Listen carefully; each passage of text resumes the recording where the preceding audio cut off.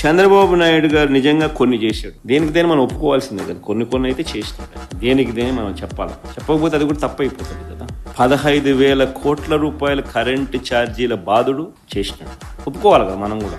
బాధుడే బాధుడు. గవర్నమెంట్ స్కూళ్లను కాలేజీలను చంపేసి తద్వారా ప్రైవేట్ స్కూళ్ళు ప్రైవేట్ కాలేజీల్లో ఫీజులు పెంచి ఆ బాధుడే బాధుడు. అది కూడా చేసినాడు, ఒప్పుకోవాలి మనం. దానికి చేసినట్టు ఒప్పుకోవాలి కదా. అన్ని పన్నులు పెంచడం వల్ల ఇంటి అద్దెల బాధుడే బాధుడు. ఇది కూడా ఒప్పుకోవాలి, చేసినాడు కదా. హెరిటేజ్ కోసం అమూల్ను చంపేసి పాల రేట్ల బాధుడే బాధుడు. ఇది కూడా ఒప్పుకోవాలి, చేసినాడు కదా. ఇది కూడా ఇంటింటికి రేషన్ అందించే వాహనాలు తీసేశాడు. ఆ రేషన్ ద్వారా అందించే పప్పులు లాంటివి ఆపేయడం వల్ల పప్పుల ధరలు బాధుడే బాధుడు. అది కూడా ఒప్పుకోవాలి. ఈ సంవత్సర కాలంలో ఏకంగా ఈయన తీసేసిన ఉద్యోగాలు ఎన్నో తెలుసా?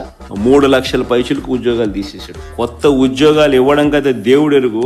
ఉన్న ఉద్యోగాలు దాదాపుగా 3 లక్షల పైచులకు ఉద్యోగాలు పోయాయి. 2,60,000 వాలంటీర్ల ఉద్యోగాలు హుష్కాకి.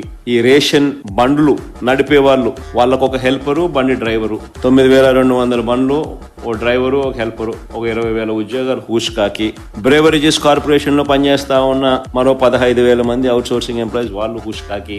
ఒకవైపున ప్రజల పరిస్థితి ఈ మాదిరిగా ఉంటే రెండో వైపున గవర్నమెంట్ ఉద్యోగస్తులకు ఏమైనా మేలు జరిగిందా అంటే అది లేదు, అది శూన్యమే, అది ఒక మోసమే. వస్తూనే అయ్యారిస్తానన్నాడు, అది పాయే. ఉన్న పిఆర్సీని రద్దు చేశాడు, కొత్త పిఆర్సీని ఇంతవరకు వేయలా. కొత్తది త్వరగా వేస్తే త్వరగా ఉద్యోగస్తుల జీతాలు పెంచాల్సి వస్తుంది అని చెప్పి వాళ్ళని అట్టా పొడిచా.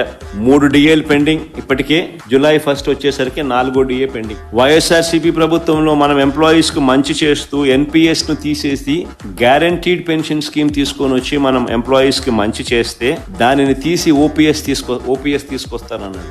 అక్కడ వెన్నుపోటు పొడిచా. దాదాపు